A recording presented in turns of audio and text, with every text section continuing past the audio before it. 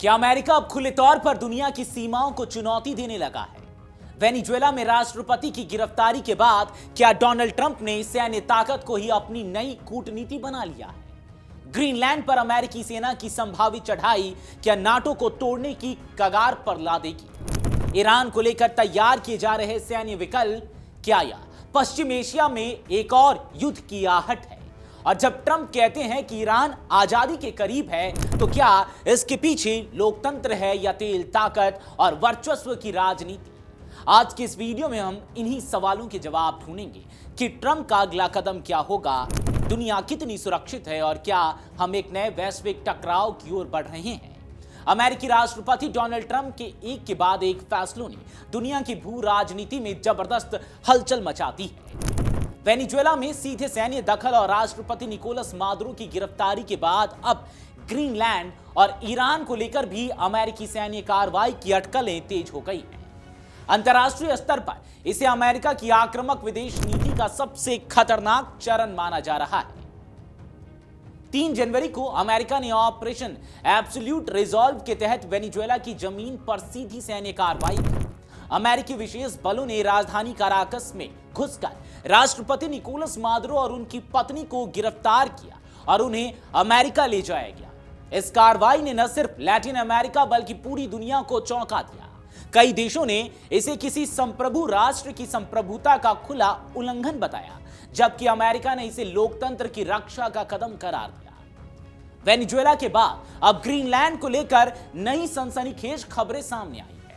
British अखबार daily mail की report के मुताबिक राष्ट्रपति ट्रंप ने रविवार यानी कि 11 जनवरी को अमेरिकी सेना के वरिष्ठ विशेष बल कमांडरों को ग्रीनलैंड पर संभावित आक्रमण के लिए आकस्मिक योजनाएं तैयार करने का निर्देश दिया है। बताया गया है कि इस योजना की जिम्मेदारी संयुक्त विशेष अभियान कमान यानी कि JSOC को सौंपी गई है। हालांकि अमेरिकी सेना के शीर्ष अधिकारी इस आदेश से सहमत नहीं है। ज्वाइंट चीफ ऑफ स्टाफ का मानना है कि ग्रीनलैंड पर किसी भी तरह की सैन्य कार्रवाई न सिर्फ गैर कानूनी होगी बल्कि इसके लिए कांग्रेस की मंजूरी भी जरूरी है, जो फिलहाल संभव नहीं दिखती। ग्रीनलैंड डेनमार्क के अधीन स्वायत्त क्षेत्र है और नाटो का हिस्सा भी। ऐसे में अमेरिकी कार्रवाई से यूरोपीय देशों के साथ सीधा टकराव माना जा रहा है। सैन्य जनरलों का तर्क है कि यह कदम नाटो के भीतर गहरा संकट पैदा कर सकता है और गठबंधन टूटने के कगार तक पहुंच सकता है। कई विश्लेषक इसे ट्रंप का सबसे जोखिम भरा अंतर्राष्ट्रीय दांव बता रहे हैं। इधर न्यूयॉर्क टाइम्स की रिपोर्ट में दावा किया गया है कि राष्ट्रपति ट्रंप को हाल के दिनों में ईरान को निशाना बनाने वाले कई सैन्य विकल्पों पर ब्रीफ किया गया है। इन विकल्पों में तेहरान और अन्य शहरों में चुनिंदा ठिकानों पर लक्षित हमले शामिल हैं।